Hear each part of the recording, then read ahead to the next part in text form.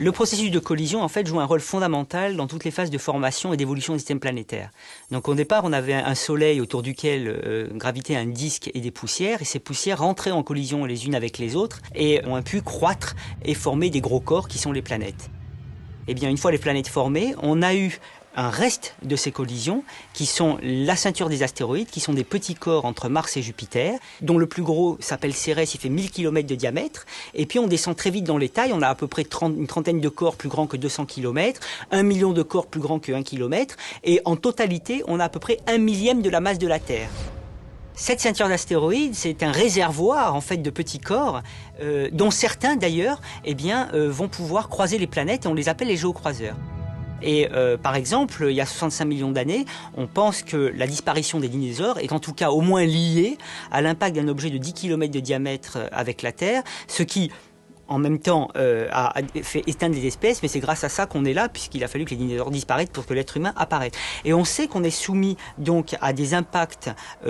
fréquents, à peu près un corps de 1 km rentre en impact avec la Terre tous les 500 000 ans, un corps de 10 km c'est à peu près tous les 100 millions d'années. Donc si on n'est pas assez idiot pour se pulvériser nous-mêmes avec des bombes, ça sera probablement l'impact d'un astéroïde qui provoquera encore une disparition des espèces. Et on sait que la plupart de ces corps viennent de la ceinture des astéroïdes. Il faut bien les étudier parce que d'une part, ils sont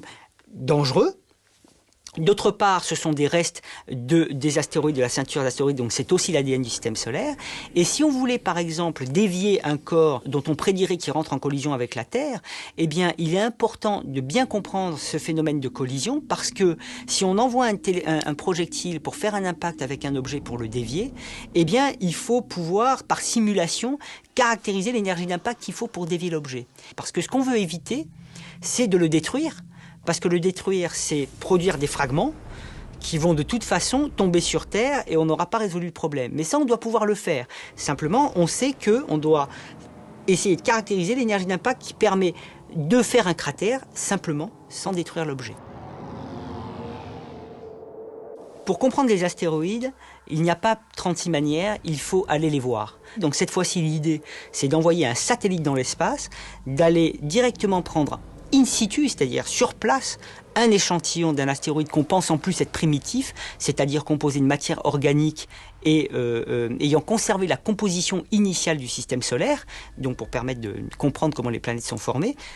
Comment aussi dévier un objet, puisqu'on va comprendre quelles sont les propriétés matérielles d'un géocroiseur, quelle est sa structure interne, et puis comment éventuellement la vie a pu être apportée sur Terre par un astéroïde, puisqu'on aura, on l'espère, de la matière carbonée dans cet échantillon qui va nous permettre de faire le lien avec les briques fondamentales de la vie sur Terre.